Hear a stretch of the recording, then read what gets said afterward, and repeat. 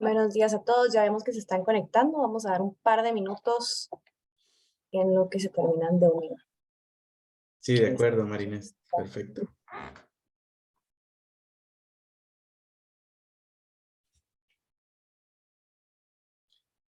Buenos días, Vanessa. Aquí tenemos a alguien que está saludando. Buenos días.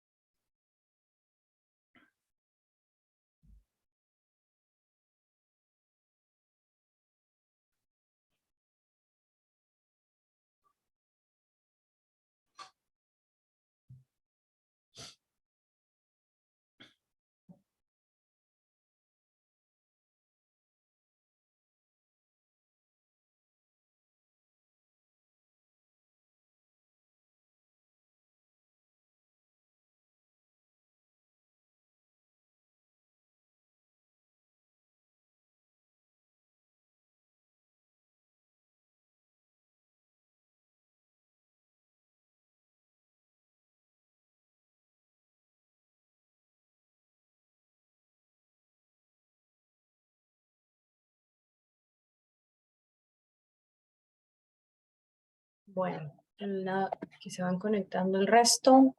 Les voy dando ahí la bienvenida para iniciar puntualmente por los que ya están aquí. Y bueno, qué gusto poderles dar la bienvenida a la primer masterclass del año. Este año la hemos denominado Programa de Ética y Cumplimiento. Mi nombre es Marinés Rivera y bueno, como secretaria de la Comisión Anticorrupción, pues es un gusto acompañarlos el día de hoy y darles la más cordial bienvenida. Vale la pena siempre resaltar que, bueno, estos espacios de masterclasses lo que buscamos es que, pues, poder compartir buenas prácticas, conocimientos y que vayan generando un impacto positivo en el desarrollo, en acciones de cumplimiento, en anticorrupción y sostenibilidad en general. Y bueno, el día de hoy la idea es poder interactuar bastante con nuestro panelista. Tenemos un panelista de lujo, como siempre les digo, bueno, al final la idea es que ustedes pues puedan ir colocando sus preguntas en el chat, ¿verdad? Y poder ir interactuando un poco conmigo al final de la sesión, si tienen alguna duda de lo que se va a presentar. Y bueno, ahora sí les voy a presentar al panelista de lujo que nos acompaña el día de hoy. Nos acompaña Hugo Cruz, quien es doctor en Gobierno Corporativo y Cultura Organizacional por la Universidad de Navarra, licenciado en Filosofía por la Universidad Rafael Landívar, también es escritor de 3 libros publicados, columnista en Prensa Libre y blogger sobre ética empresarial. Es director del Centro de Investigaciones de Humanismo y Empresa de la UNIS, dentro del cual pues es creador del programa de especialización en ética empresarial y programa de especialización en responsabilidad familiar corporativa. A ver si nos cuenta ahí un poquito más también del programa de ética empresarial, seguro que sí. Profesor de ética y de factor humano en la UNIS Business School, ha asesorado también en ética algunos grupos empresariales más grandes, de los más grandes de Centroamérica, como Cementos Progreso, Multiinversiones, Cervecería Centroamericana, varios ingenios azucareros, entre otras empresas. Así que, como les digo, tenemos un panelista de lujo el día de hoy. Realmente, pues la intención es ahí poder atender a sus dudas, a todas sus inquietudes y pues que ahí si va surgiendo alguna duda en el área de Q&A, ustedes nos puedan dejar sus preguntas para hacérselas al final a Hugo. Y con eso, pues, Hugo, muchísimas gracias por acompañarnos en esta sesión esta mañana y lo dejo en el uso de la palabra. Sí, muchas gracias, Marinés. Un gusto saludarle, un gusto saludar a todos los que ya están aquí conectados. Un saludo desde la Universidad del Istmo. Como dijo Marinés, mi nombre es Hugo Cruz. Soy parte del equipo de la Universidad del Istmo, específicamente del área de la UNIS, en la cual nos especializamos en enseñanza de la ética para altos ejecutivos de empresa. Y es un gusto estar aquí en calidad también de aliado de Guate Íntegra. Nos encanta esta iniciativa tan importante del sector empresarial de Guatemala y pues es un honor estar en eso, en calidad de aliados, ¿verdad? Así que estamos apoyando de esta manera. Bueno, no conozco el perfil de los participantes, pero podemos asumir que habrá representantes de diferentes tamaños de empresas, grandes, medianas y pequeñas. Y también podemos asumir que entre los participantes, sus empresas posiblemente tienen una variedad de niveles de desarrollo. de lo que es un programa de ética y compliance.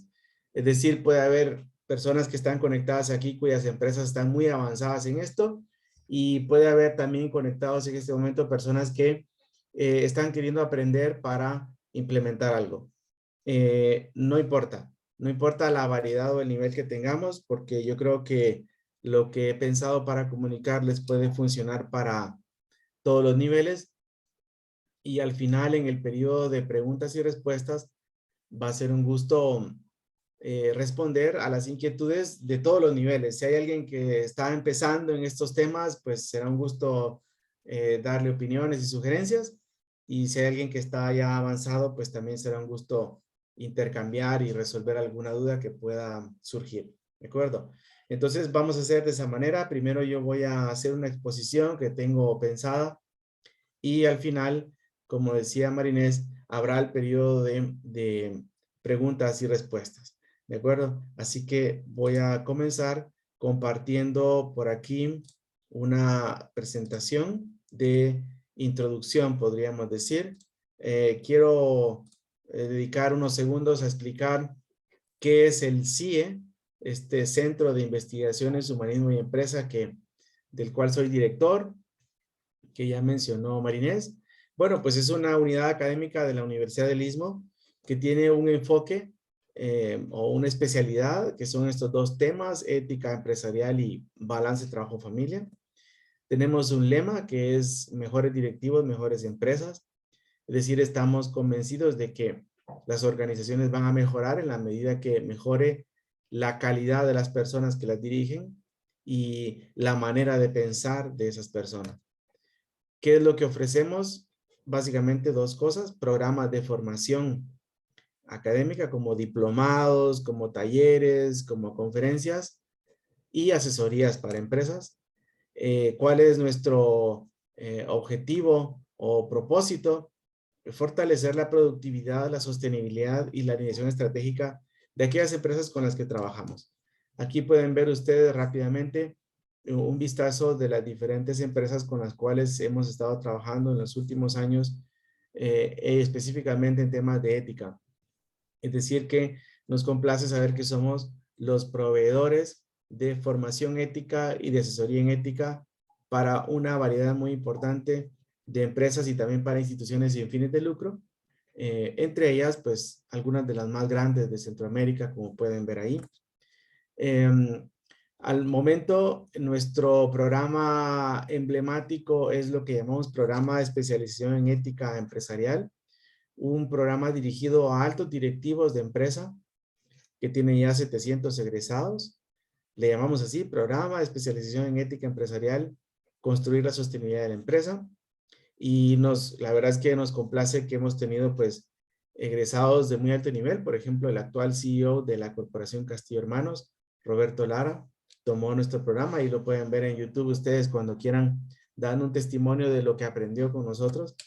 Y también, por poner otro ejemplo, el CEO del Grupo Progreso, José Raúl González Merlo, que también tomó este diplomado. Bien, dicho eso, que fue una pequeña introducción, vamos a entrar en materia. Quiero que hablemos desde las bases, ¿verdad? Vamos a hablar de un programa de ética y compliance. Por lo tanto, es importante sentar las bases, ¿verdad? De qué estamos hablando, qué entendemos por ética. Ética y compliance no son lo mismo, pero están bastante conectados, ¿verdad? Tienen muchísimas áreas en común. De hecho, también tienen áreas en común con otras realidades, por ejemplo, con las leyes. Entonces, por ejemplo, ética, compliance, leyes del país, legislación, tienen un área en común. ¿Y cuál es esa área en común? La conducta de las personas. Pero cada una de esas ve la conducta de las personas de diferente ángulo. Por ejemplo, la legislación, el derecho, ve la conducta de un ser humano de acuerdo a si se ajusta o no se ajusta a la legislación aprobada, al marco legal.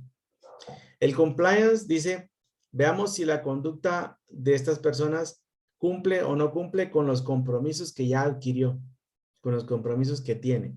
y que son específicos de cada sector, ¿verdad? La legislación es muy amplia, general, abarca cualquier persona, cualquier institución, pero el compliance ve lo que corresponde a un sector en particular, a un tipo de empresa. Por ejemplo, el tipo de obligaciones que tiene la industria médica no son los mismos que los que tiene la industria automotriz. Cada una tiene sus diferentes obligaciones y compromisos. Pues el compliance trata de verificar que esas empresas estén cumpliendo con esos compromisos inherentes o propios de su sector. Y la ética, que también estudia la conducta humana. ¿Qué parte de la conducta humana estudia? Porque también, por ejemplo, tenemos otras ciencias.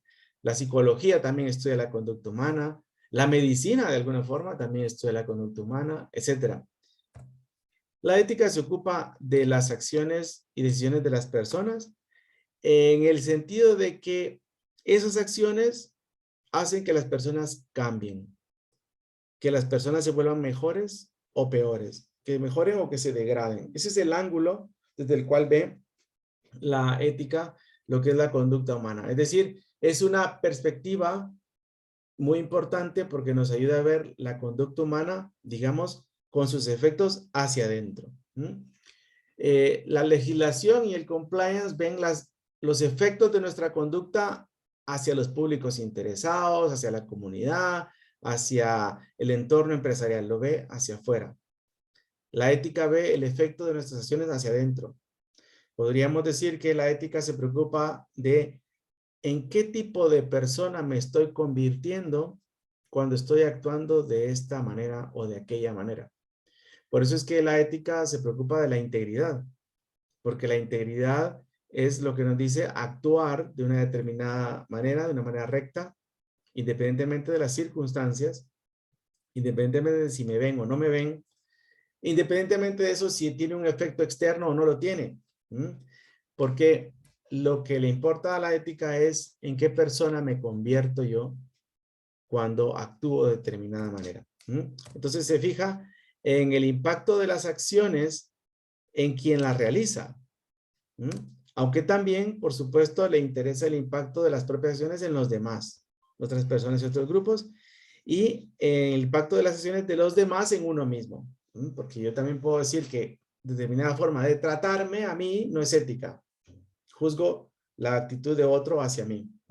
Puedo evaluar eso también.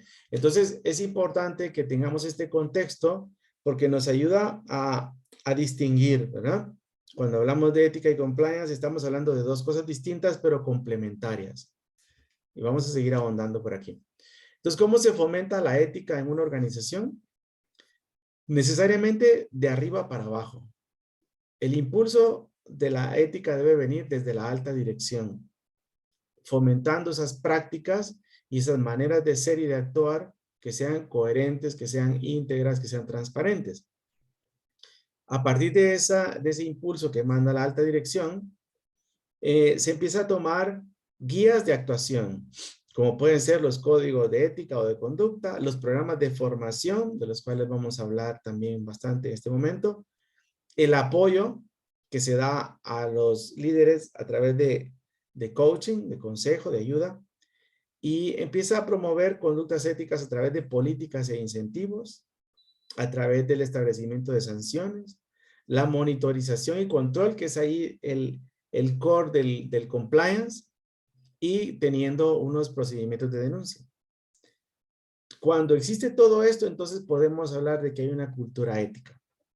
Es decir, un ambiente donde en la empresa está bien visto ser recto, ser íntegro, ser cabal, y donde está mal visto tomar acciones corruptas o individualistas o egoístas, porque eso daña tanto a la persona como a la organización como a la sociedad. Entonces, este esquema de arriba hacia abajo es el modo correcto en cómo fomentar la ética. Para la relación específica entre ética y compliance, yo les sugiero que busquen en Spotify este episodio, que fue un gusto que Paola de la Torre me invitara a participar en su podcast sobre compliance, y ese día abordamos durante casi una hora hablamos sobre la diferencia y la relación entre ética y compliance y cómo se complementan, ¿verdad? Eso se los dejo para que ustedes puedan profundizar por su cuenta, lo pueden escuchar mientras van en el tráfico o mientras salen a caminar o a correr por ahí. Pueden escuchar esto en Spotify, ¿verdad? Está así, tal cual, la ética y el compliance. Un programa dirigido por Paola de la Torre, en el cual su servidor fue invitado en una oportunidad. Entonces, dejando esto ahí como sobre la mesa como sugerencia para que lo aprovechen, voy a ahondar un poquito en este momento sobre esas relaciones entre cumplimiento e integridad o cumplimiento y ética, ¿verdad? ¿Cuál es el objetivo del compliance o cumplimiento? Evitar riesgos. ¿Cuál es el método que tiene el compliance? El control y la sanción. ¿Y cuál es la motivación de un empleado en un esquema de compliance? Pues evitar las sanciones, ¿verdad? Queremos cumplir muy bien lo que hemos acordado internamente o hacia el cliente o hacia el proveedor o hacia la comunidad para evitar sanciones. Y esto está muy bien, pero es importante tener en cuenta el otro enfoque que pongo aquí a la derecha, que es el de la integridad o de la ética, como hemos dicho. Ahí el objetivo cambia. ¿Por qué impulsamos ética en las empresas? Para desarrollar a las personas. Porque las personas podemos ser mejores en el transcurso del tiempo si nos lo proponemos, si hacemos cosas rectas, si hacemos cosas buenas. Entonces, la persona va desarrollándose. Y en la medida que una persona crece en virtudes, en la organización se hace más valioso, aporta más valor, se puede confiar más en esa persona. Estamos hablando de desarrollo. ¿Cuál es el método de la ética y de la integridad? El apoyo y la ejemplaridad. Ejemplaridad, pues está claro, ¿no? O sea, el líder sobre todo tiene que ser una persona que ponga la pauta. Cuando dice, no hay que caer en actos de corrupción, pues el líder es el primero en que si se le presenta una oportunidad, evita el acto de corrupción, para dar ejemplo. ¿Y qué es esto del apoyo? El apoyo consiste en esta actitud y disposición de cada líder de estar pendiente de la forma en que sus subordinados toman las decisiones. Porque nadie nace sabiéndolo todo, todo mundo necesita formación. Entonces es muy importante que el líder esté pendiente de eso. Esta persona, este miembro del equipo, ¿cómo está interactuando, por ejemplo, con una entidad del sector público? Supongamos alguien que está encargado del tema de licencias, ¿verdad? De operación, de construcción, de lo que sea de mi empresa, tiene que ir a negociar con una entidad pública necesariamente o tiene que acudir. Bueno, ¿en qué términos va a ir a participar ahí? ¿Cuál va a ser su discurso? ¿Es el discurso de la empresa en el sentido de no toleramos actos de corrupción? ¿O ese colaborador va a tener discrecionalidad y va a querer interpretar las cosas de un modo que no es ético? La única forma de saber eso es si el líder está pendiente y asesora, apoya a ese colaborador para que tome la decisión correcta. Les pongo un ejemplo.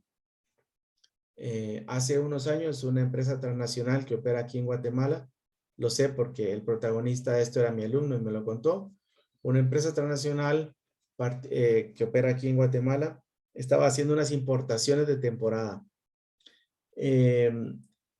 Cuando fue a una aduana a desembarcar su producto, a realizar el proceso de importación, pues una persona del sector de aduanas le pidió mordida, ¿verdad? Lo empezó a extorsionar, diciéndole que si no le pagaba su producto, que era perecedero, se iba a arruinar. ¿Qué hizo este alumno mío? Y fue el que nos contó la anécdota. Escuchó, tomó nota de lo que le estaban exigiendo y regresó a la oficina y fue a preguntarle a su jefe, jefe, ¿qué hago?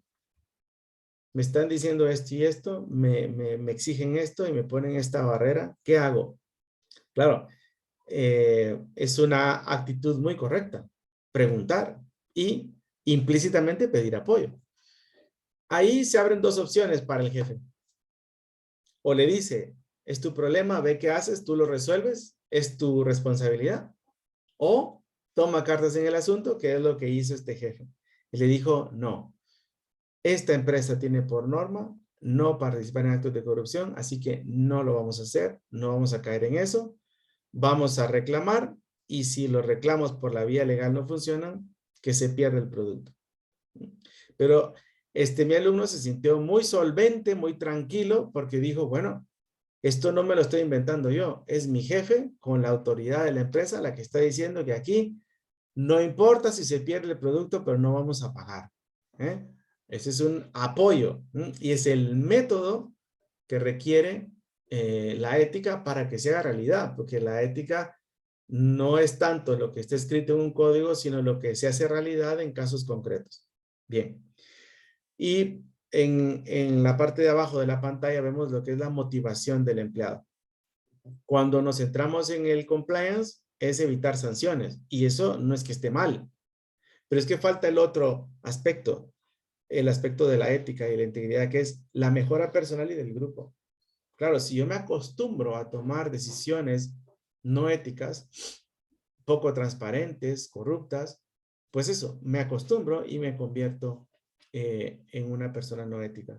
Pero en cambio, si yo a pesar de las dificultades me acostumbro a tomar las decisiones rectas que corresponden, entonces yo mejoro como persona. Y además estoy haciendo que mi equipo mejore como tal. ¿Mm? Esto no es fácil y nadie ha dicho que el compliance y que la ética sean fáciles. Precisamente tienen un valor importante porque son cosas difíciles, ¿verdad? Y son cosas necesarias. ¿Eh? Esto no, de fácil nada, ¿verdad? Pero de eso se trata, ¿verdad? La integridad cuesta y por eso vale muchísimo. Bueno, entonces hay diferentes motivaciones, por lo tanto, para impulsar ética y compliance. En primer lugar está, como decíamos, la gestión del riesgo. Y eso es importante. Todas estas razones que estamos poniendo aquí o motivaciones son igualmente importantes. Lo que pasa es que son diferentes entre sí. Gestión del riesgo. Prevenir la aparición de escándalos. Proteger la responsabilidad legal de la empresa ante la conducta de los colaboradores mismos. Responder a campañas de grupos de presión o de los medios de comunicación. También otra motivación es el posicionamiento en el mercado. Una empresa ética protege su reputación frente a un entorno tremendamente competitivo. Asegura la confianza de los clientes, añade valor frente a la competencia, ¿verdad? Sobre todo en esta era de la economía de los intangibles, donde nuestro producto puede ser bastante similar en contenido, en materiales, en calidad al de la competencia. ¿Cuál es la diferencia? La diferencia viene por los intangibles, por mi reputación, por mi ética, por mi integridad. Ante productos similares entre dos competidores, el cliente va a terminar decidiendo en función de la integridad, de la ética de una empresa u otra. Por eso es que esa es la forma de posicionarse en el mercado en esta era de la economía de los intangibles. También es importante, o es otra motivación, el funcionamiento mismo de la organización. Cuando se tiene ética, construimos una cultura organizacional descentralizada y emprendedora, ¿verdad? En un entorno globalizado, porque la gente está empoderada, porque la gente conoce los criterios para actuar. Y esto hace que retengamos talento. A la gente le gusta presumir de que trabaja en una buena empresa. Y es natural y es bueno que así sea, ¿verdad? Nos gusta decir, mi empresa es ética.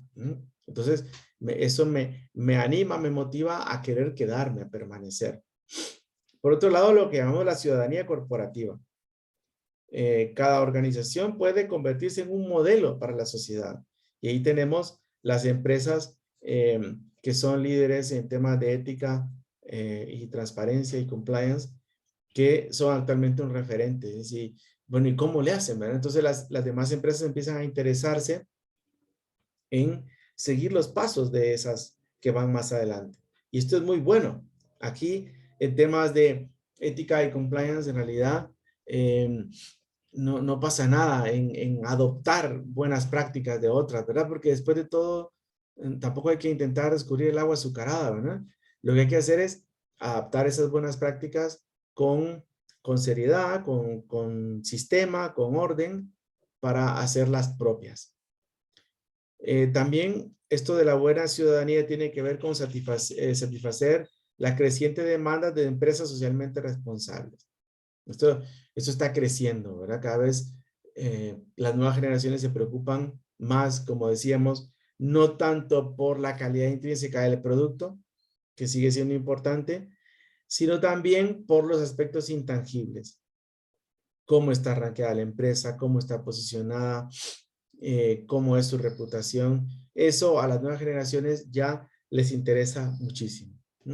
Y finalmente, esto de la buena ciudadanía tiene que ver con esas buenas relaciones con el sector gobierno, con las ONGs, con las comunidades aledañas, etc. Entonces, hay muchas motivaciones para impulsar programas de ética y compliance, pero aquí falta una, y es lo que decimos entre colegas, el porque sí, ¿verdad? La ética es intrínsecamente valiosa, es buena en sí misma. Aunque no tuviésemos otros beneficios externos, ya valdría la pena ser ético, porque ser ético nos hace mejores personas. Entonces estamos hablando de nuevo del desarrollo de las personas, favorecer el desarrollo personal de quienes configuran la organización. Esto al final es lo más importante, porque la empresa también tiene en ese sentido una responsabilidad social en el sentido de que contribuye a que haya mejores o peores ciudadanos. Sus empleados pueden ser mejores o peores. Si el ambiente en la empresa es, aquí importa la legalidad, la rectitud, la transparencia, la honestidad, eso se va grabando en la mente del colaborador y luego lo traslada a su familia, a su entorno de amigos, a su comunidad. Pero en cambio, el mensaje que se manda cuando un jefe dice, miren señores, aquí no importa, yo lo que quiero es el resultado a final de mes o a final de año. ¿Cómo le hagan para obtenerlo? Me da igual, no importa. Bueno, ese mensaje que es negativo, que es tóxico, no solamente se repite ahí en la empresa, sino que esos colaboradores se lo llevan a sus casas, se lo llevan a su entorno, a su comunidad y dicen, bueno, yo en la empresa me acostumbré a resolver los problemas y si hay que pagar, pagamos, y si hay que dar mordida, damos mordida. Aquí lo que importa es el resultado. Mala señal, ¿verdad?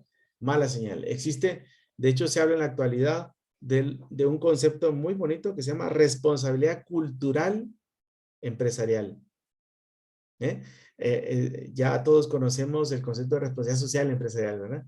Pero aquí hay un pequeño matiz que estamos empezando a utilizar en el mundo académico que se llama responsabilidad cultural empresarial.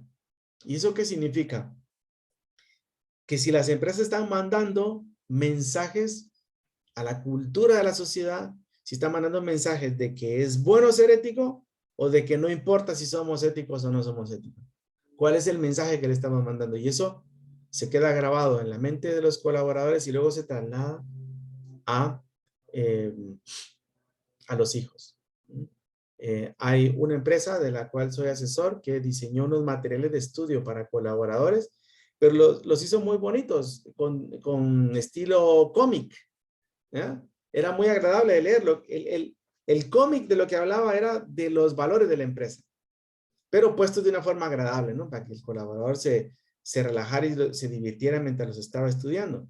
Bueno, pues uno de esos cómics fue a parar a la casa de uno de los colaboradores y quedó ahí en la sala de la casa. ¿Qué pasó ahí? Los niños en la casa se interesaron mucho por los dibujos, por las imágenes.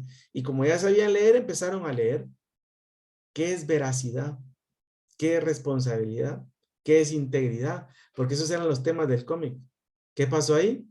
Hubo una difusión, una extensión.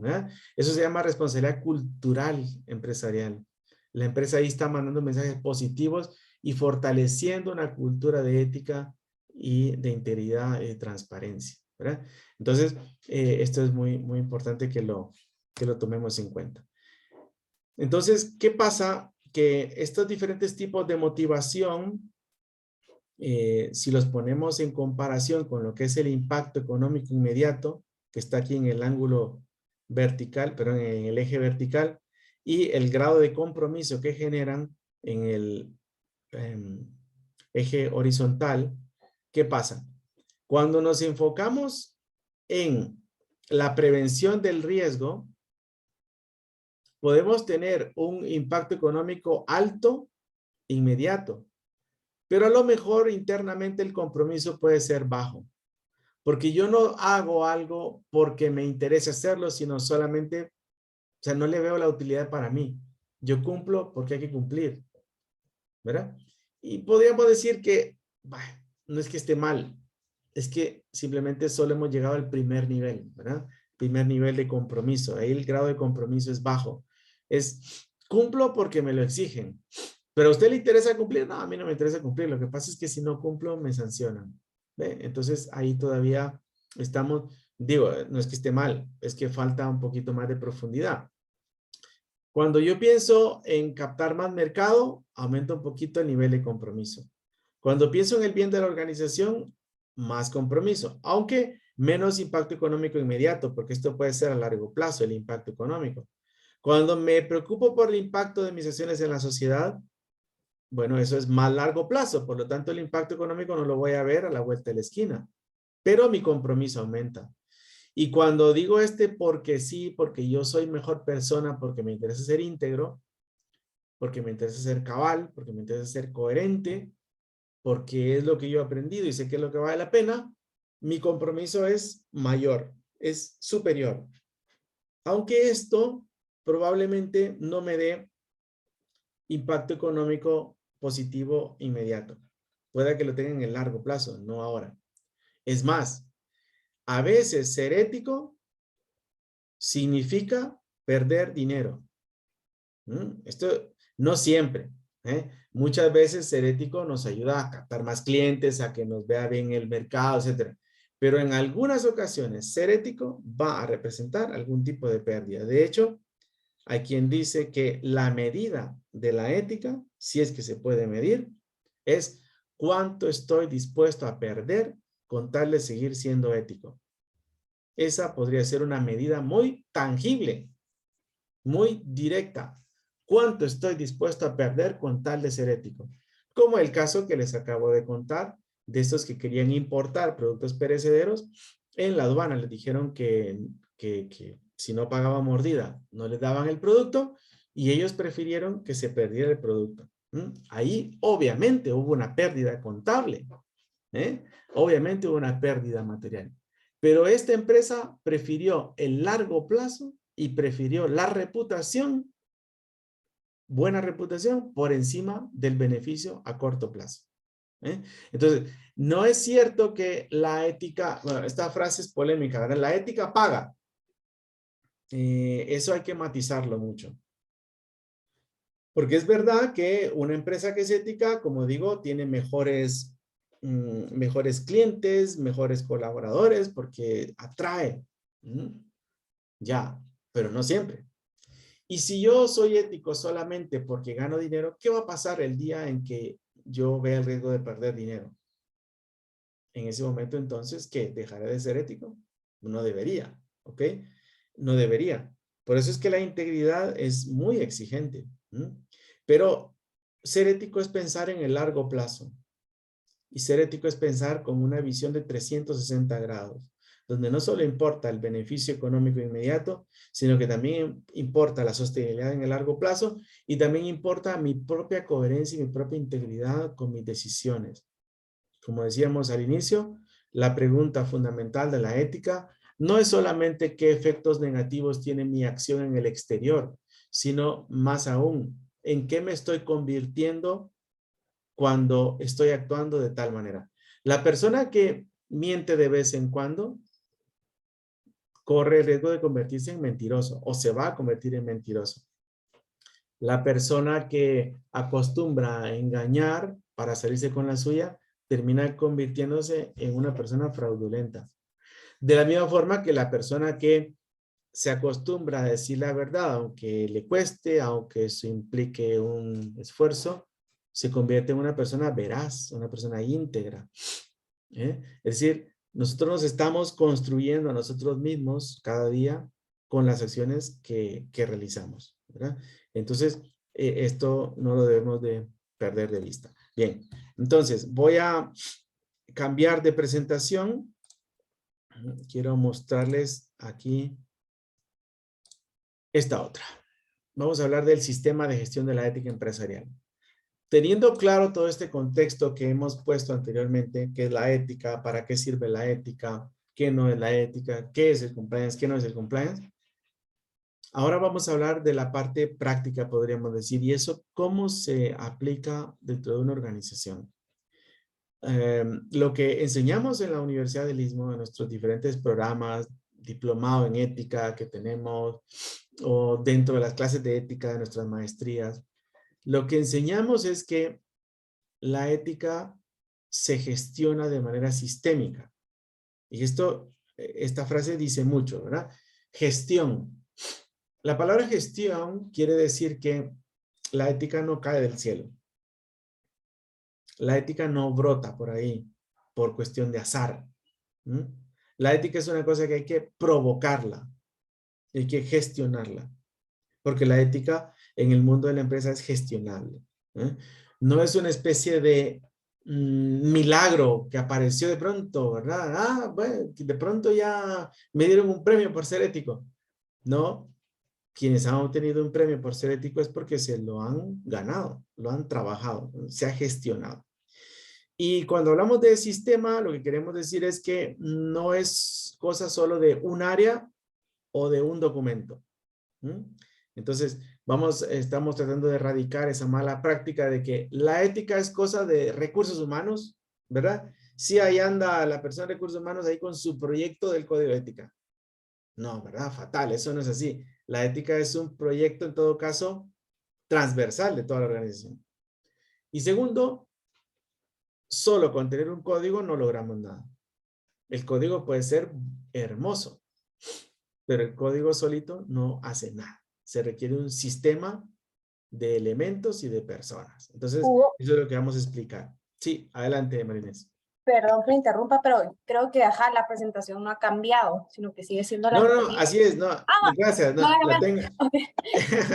Gracias, no tenga pena. Ah, perfecto. Estaba cabalmente solo explicando el concepto, ¿verdad? Ahora sí. Entonces, punto de partida, el código no basta para generar una cultura ética. Es necesario, pero no es suficiente. Y para impulsar la ética, o sea, para gestionarla, se requiere un conjunto de líderes y de procesos que trabajen de manera integral y sistémica. Eso es lo que vamos a ver a profundidad ahorita. Esto es visualmente lo que llamaríamos un sistema de gestión de la ética. Un equipo líder que se encarga de estas cosas dentro de la empresa. Ese equipo echa a andar unos procesos que tienen que ver específicamente con la ética. Esos procesos generan unos resultados. Esos resultados se pueden medir y le dan retroalimentación al equipo líder. Y ese equipo líder, con base en esas mediciones periódicas, hace innovación y mejora continua sobre los mismos procesos. Esto es lo que llamamos un sistema de gestión de la ética y van a ver, los participantes van a poder comprobar que es posible que ustedes ya tengan parte de este sistema dentro de sus organizaciones y con lo cual ya solo es cuestión de darle forma, ¿verdad? Y habrán otros que están conectados en este momento cuyas empresas todavía quieren empezar, quieren trazar el bosquejo de esto, pues espero que les sirva mucho para ello. Hablemos primero de qué es el equipo líder, este conjunto de personas. Un equipo líder normalmente será esto que vemos ahí. Primero, el comité de ética como tal, más otras personas dentro de la organización que tienen mucho que ver con la ética y que entonces forman parte de ese equipo líder. Perdón que Típicamente, lo vuelva a interrumpir, es que seguimos viendo el slide de motivaciones para la ética. Sí, sigue con eso. no, entonces sí, ahí sí hubo Sí, problema. Entonces, muchas creo que hay gracias. que Ajá. dejando de Ujú. compartir y volviendo. Ya, muchas gracias. Sí, ahí sí había problema. Bueno, no, entonces, Listo. a ver, permítame. Aquí, esto era, ahora sí, ¿verdad? ¿Se ve sistema de gestión? Sí, Muy ahora bien. sí. ¿Cambió ahí? Sí, ya está Muy cambiando. bien. Es lo que explicaba, los puntos de partida. Aquí está lo que estaba describiendo del sistema de gestión de la ética, que tiene un equipo líder, unos procesos, unos resultados que se miden.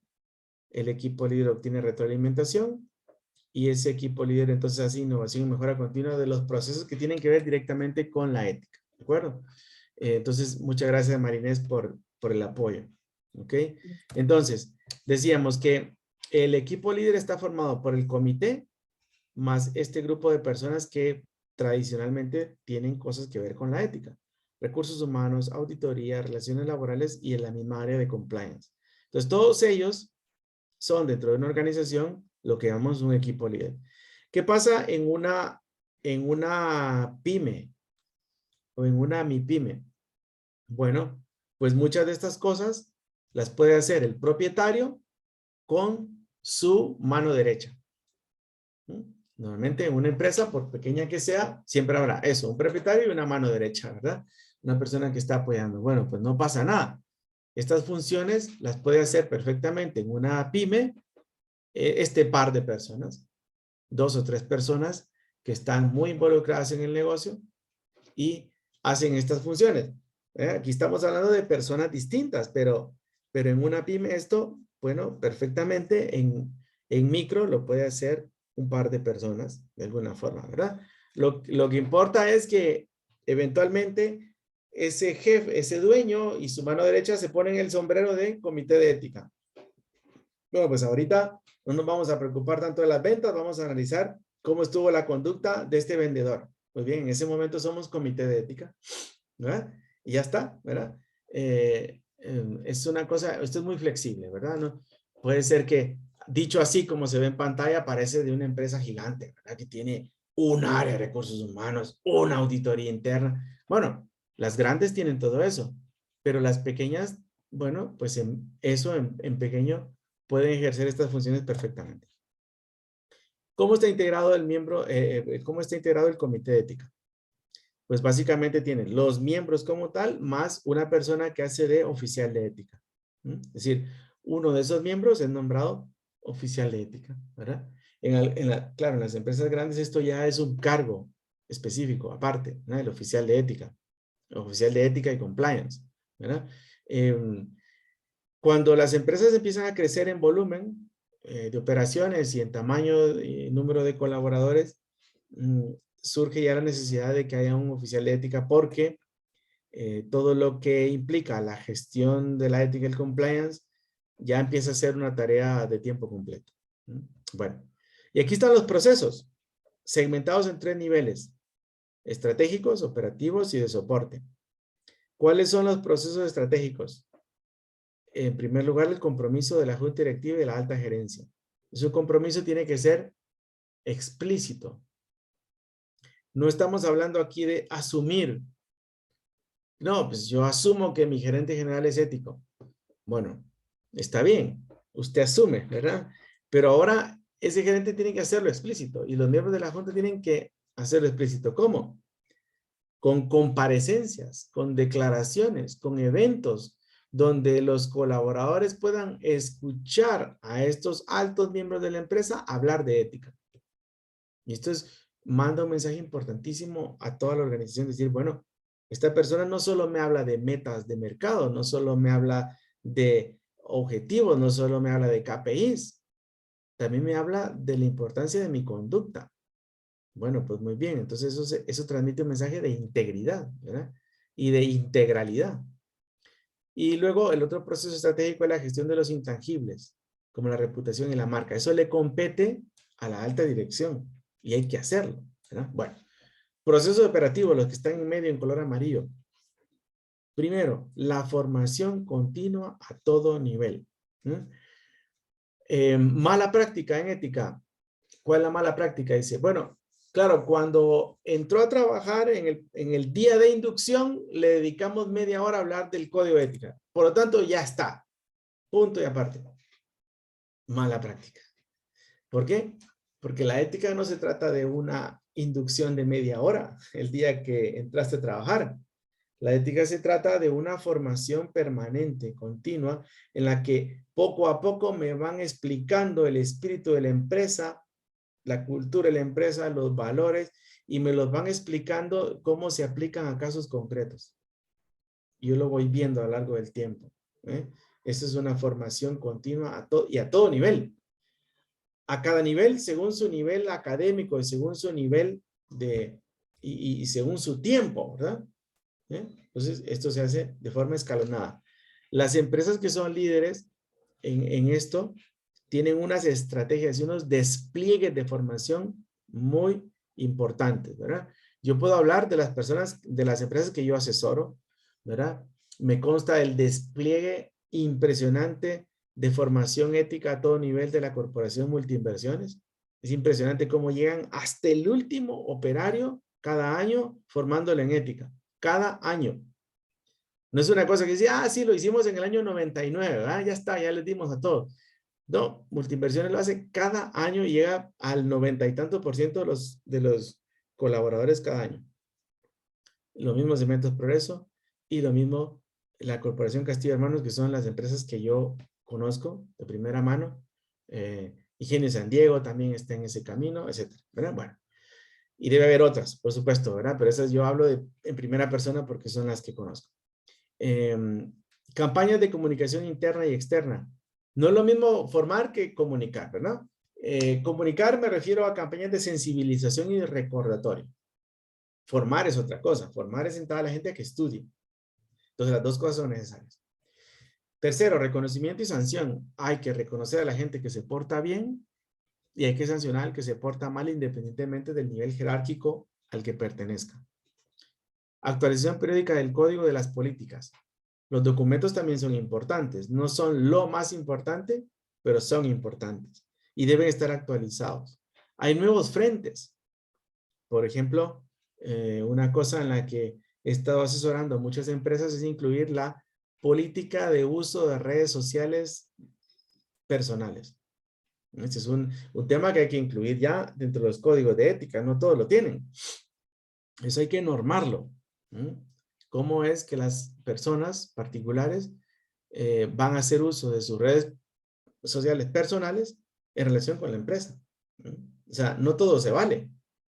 No todo se vale, hay que normarlo. Bueno, coaching de líder a los miembros de su equipo. ¿Qué es esto del coaching de líder? Lo que decíamos hace un momento, ¿verdad? El ejemplo que puse, cómo un colaborador acude a su jefe para preguntarle, oiga jefe, ¿qué hago? ¿Me están extorsionando? Bueno, pues el jefe tiene que aprovechar ese momento para poner claro el criterio y para, sin restarle autoridad a ese colaborador, ayudarle a que tome la decisión correcta. Eso es el coaching. Y por supuesto, las verificaciones del área de compliance. Ya dijimos, ¿qué es compliance? Verificar que estamos cumpliendo los compromisos adquiridos con clientes, con proveedores, con el Estado, etcétera, con los mismos colaboradores. Entonces, el área de compliance va realizando verificaciones porque es ético cumplir y no es ético no cumplir. Entonces, ahí viene la conexión entre una cosa y otra. Y por último, abajo, en color naranja, los procesos de soporte, que son, por ejemplo, contar con un canal para reportar buenas y malas prácticas, los procesos legales que se requiere ejecutar para sancionar a alguien y las auditorías externas que vienen y me realizan, ¿verdad? Estos son elementos importantes. Bueno, entonces, yo creo que a partir de aquí ya podemos, si les parece, comenzar el momento de preguntas y respuestas.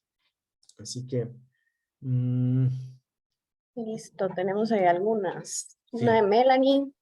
¿Existe confusión entre el concepto cumplimiento normativo y sistema de compliance? ¿Cuál sería su diferencia? Ajá.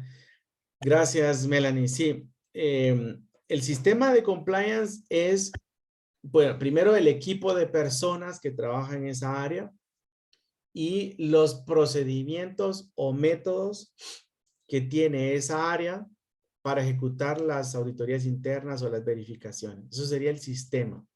O sea, es una cosa operativa interna. Y el cumplimiento normativo es el hecho en sí de verificar si estamos cumpliendo o no. Cumplimiento normativo significa si cumplo o no cumplo con las normas de mi sector o de mi área. Entonces, podríamos decir que el cumplimiento normativo es la materia y el sistema es el conjunto de procesos que permiten que ese cumplimiento se verifique, ¿verdad? Por lo tanto, estamos hablando de cosas que están directamente relacionadas, ¿verdad? Muy bien. Ok. Tenemos, bueno, Livia tenía la mano levantada, voy a probar darle la palabra, igual que Luis. Livia, si quieres hacernos tu pregunta.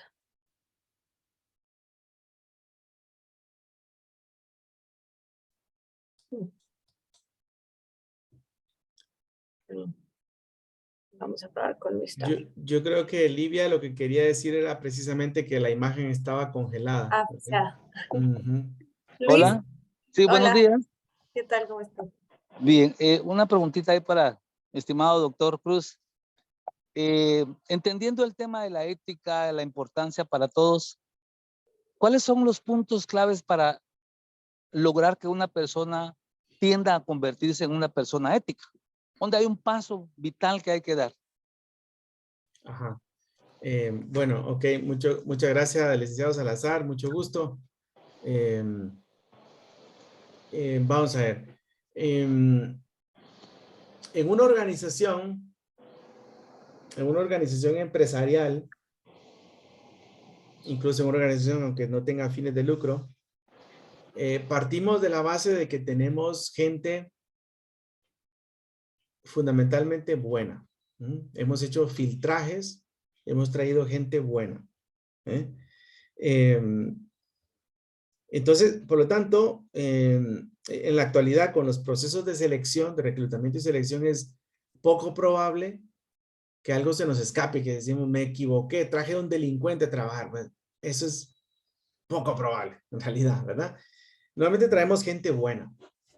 Más bien lo que tenemos que hacer en la empresa, si me permite, licenciado, es evitar que la gente buena se nos tuerza, ¿verdad?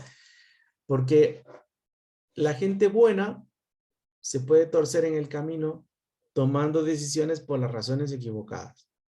Como decíamos hace un momento, lo que puede pasar es que una persona cree o está convencida de que lo más importante es el resultado en el corto plazo. Y como está convencida de eso, empieza a tomar decisiones descuidando la ética, porque a esa persona le parece que el fin justifica los medios. Entonces, lo que hay que hacer es salir al paso de eso. Y la única forma de salir al paso de eso es con una presencia del jefe que le está transmitiendo los criterios correctos para actuar. Un jefe que le dice, mira, tranquilo, el resultado importa, pero importa más la manera en que lo logras. Por lo tanto, yo como jefe evito que una persona se me tuerce en el camino cuando le pongo las ideas claras y los incentivos correctos. En cambio, si yo le digo, me traes el resultado, cueste lo que cueste, no importa los medios que utilices, en ese momento la persona que era buena, entró buena a la empresa, yo la estoy torciendo porque con el norte que yo le he dado, que es un mal norte, esa persona va a tomar decisiones poco transparentes, poco éticas, porque diría ella, ya mi jefe me dijo que no importa la manera en que yo logre el resultado. ¿Sí? Entonces, licenciado, no sé si me explico con esta respuesta, pero me parece que el rol de líder con el tipo de objetivos que traza, con su presencia o no presencia, si dialoga o no dialoga con el subordinado, esa persona llamada líder tiene un papel determinante en que las personas de la empresa sean más éticas o menos éticas, ¿verdad? Espero que no sé si el licenciado le funciona esta respuesta. Espero que sí. Listo. Tenemos otra pregunta aquí de Claudia. En las empresas familiares que no tiene cumplimiento, ¿cómo se puede empezar creando el comité? Ok, muy bien, gracias. Bien. Quisiera saber, ¿me podría decir, Claudia, el tamaño de esa empresa familiar? ¿Cuántas personas forman parte de esa empresa? Porque esto cambia un poco la respuesta. Vamos a ver si nos contesta.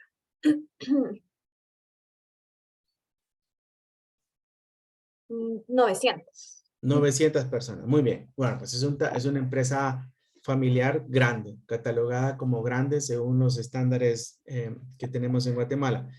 Por lo tanto, debe ser una empresa que tiene ya muy bien estructurada la gestión. Por lógica, ahí hay un área de recursos humanos, ahí hay una contabilidad, ahí hay una auditoría interna, ahí hay ventas, ahí hay procesos, etc. Entonces, el comité de ética de una empresa familiar lo tiene que tomar el consejo de familia o la junta directiva, eligiendo dentro de los principales líderes de la organización a aquellos que destacan por su integridad y por su lealtad. En una empresa familiar es así como funciona, ¿verdad?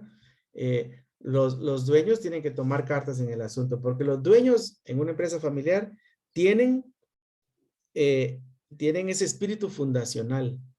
Son los que tienen claro por qué existe la empresa, para qué existe y cómo quieren ser vistos en el futuro.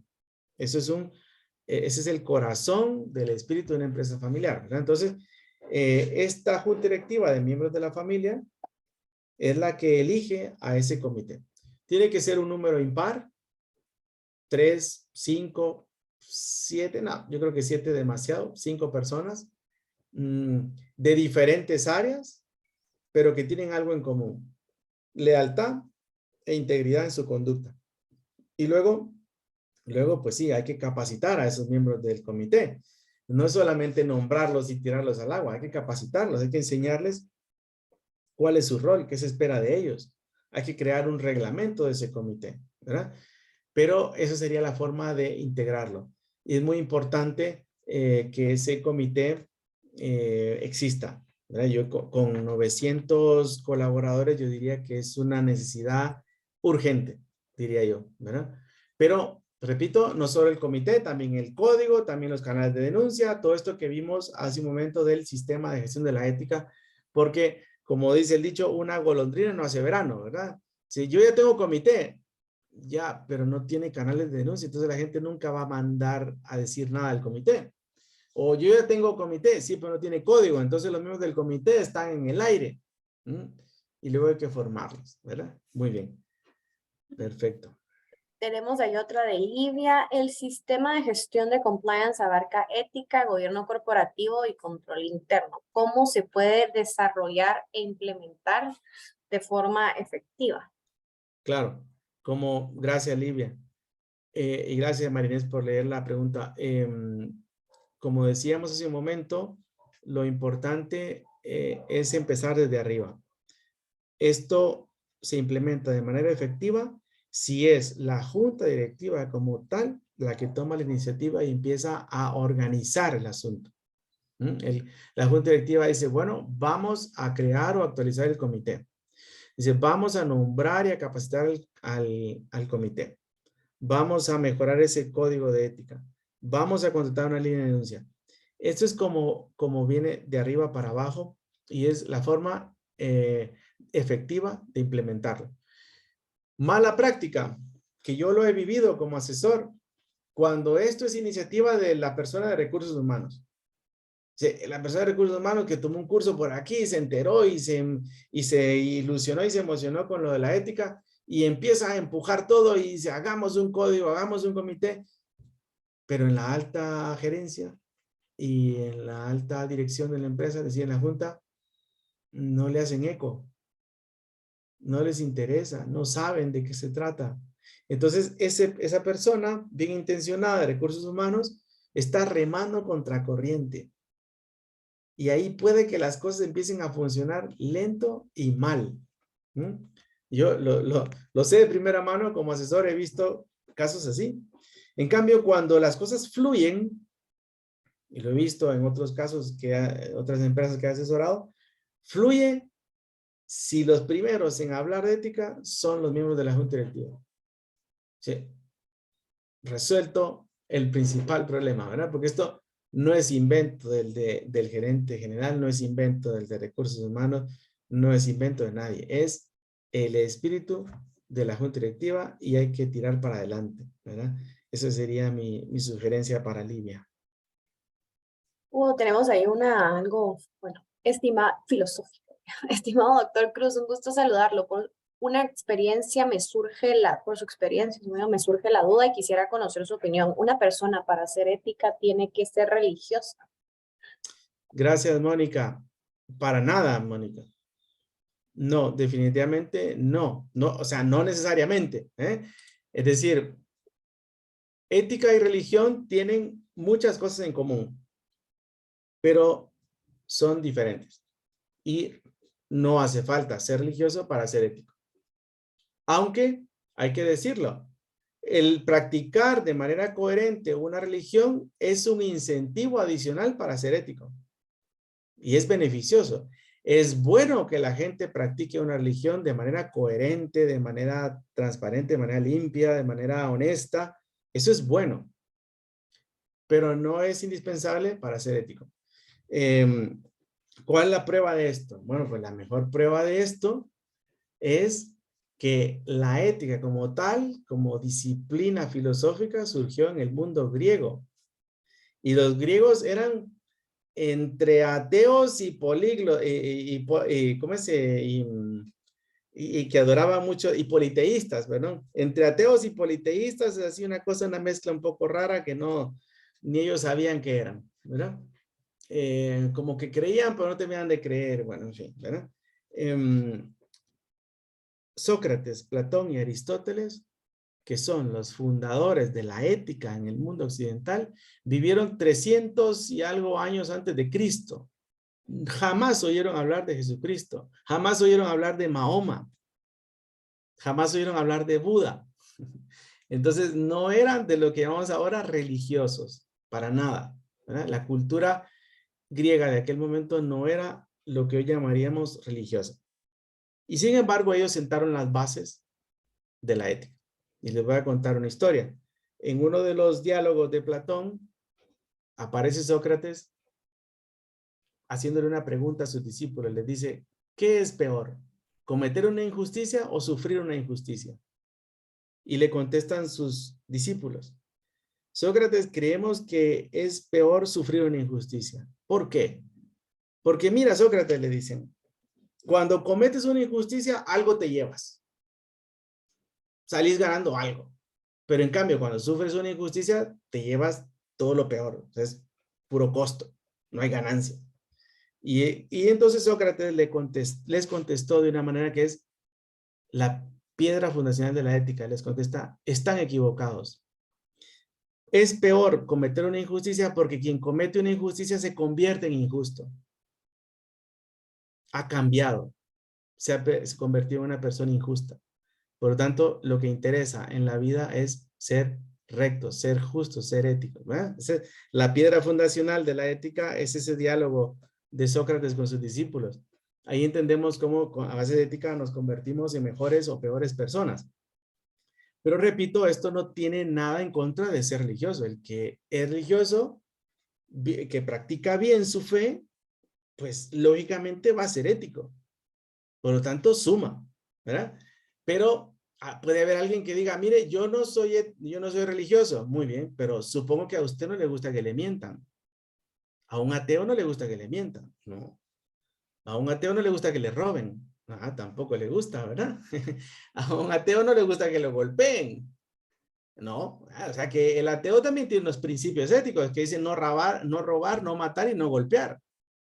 Por lo tanto, es independiente, ¿verdad? Está un paso antes de la vivencia de la fe, está la ética, ¿verdad?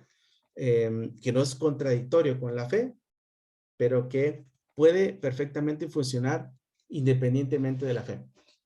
Repito, la fe es un impulso adicional, pero puede que no esté presente. Entonces yo, con base en la ética, puedo hacer negocios con un musulmán, o con un budista, o con un shintoísta, o con quien sea.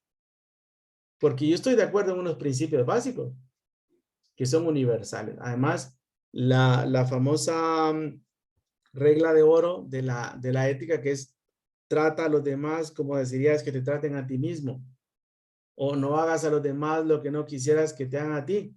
Eso lo dijo Confucio, lo dijo Jesucristo, lo dice diferentes libros a lo largo, lo dicen los musulmanes, lo dicen todas las culturas. Entonces, la ética es una cosa absolutamente transversal, eso es lo maravilloso, es transversal, es universal. Nadie puede decir en realidad que no le interesa ser ético. Porque entonces alguien que diga, no, la ética no me interesa, no importa. Entonces yo le diría, bueno, pues dame tu celular, ¿verdad? Ahora es mío. Oiga, ¿cómo que es mío? Ahora, ¿cómo que es suyo? Es propiedad privada. Ah, bueno, quiere decir que a usted le interesa la propiedad privada. Eso es un valor. Y considera que es antivalor el hecho de robar. Muy bien, pues entonces ya estamos de acuerdo, ¿verdad? Espero que esta respuesta le ayude ahí a Mónica, ¿verdad? Listo, creo que esa era nuestra última pregunta. Bueno, ahí sumamos al comentario de María José, excelente tema y expositor, muchas gracias. Y nada, Hugo, agradecerle mucho el habernos acompañado en esta mañana, una mañana interactiva ahí con bastantes participantes también. Y ojalá pues lo podamos tener aquí en estos espacios en algún futuro también, poder interactuar un poco más. El agradecimiento desde la Comisión Anticorrupción y desde el programa. Livia tiene ahí otra pregunta. ¿Se puede utilizar de base la ISO 37301 como base de desarrollo? Sí, por supuesto que se puede utilizar. Yo tengo una certificación como auditor interno de ISO. Conozco muy bien la lógica de las ISO. Y sí se puede, pero toda norma ISO tiene un límite. ¿Cuál es el límite de la norma ISO? Que no está diseñada para meterse en la cabeza a las personas, digamos, en el sentido de que se requiere, para cumplir una norma ISO, se requiere querer. Se requiere querer, y ese querer es ya de la voluntad y de la integridad de cada persona.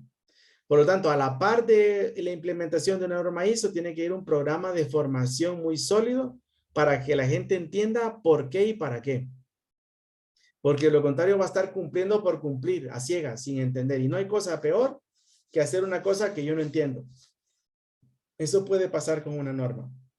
Y lo digo como auditor interno de ISO, ¿verdad? Que tengo esa certificación. Entonces, muy importante trabajar la mente. Y si es posible el corazón de la gente. Pero eso solo se puede a través de formación. Entonces, claro que se puede usar las normas ISO como base, sí, pero acompañado de un programa sólido de formación interna a todo nivel y especialmente para los tomadores de decisiones. Ese es mi consejo, ¿verdad? Listo, bueno, aquí Maritza nos está preguntando si podemos compartir la grabación. Generalmente sí la subimos a YouTube. Con mucho gusto la podemos compartir con los participantes. Y nada, Hugo, agradecerle de nuevo el habernos acompañado esta mañana. De verdad que qué gusto poderlo haber tenido en estos espacios. La invitación siempre aquí a acompañarnos dentro de la Comisión Anticorrupción y Claro que sí. los espacios que tenemos en Guatemala. Encantados estaré de poder acompañarlos cada vez que sea necesario como fruto de esta alianza de la UNISPO en Guatemala. Feliz día, Marinés, y muchas gracias. Un saludo a todos. Me despido. Muchas gracias, Hugo. Feliz día a todos. Gracias. Hasta luego. Adiós.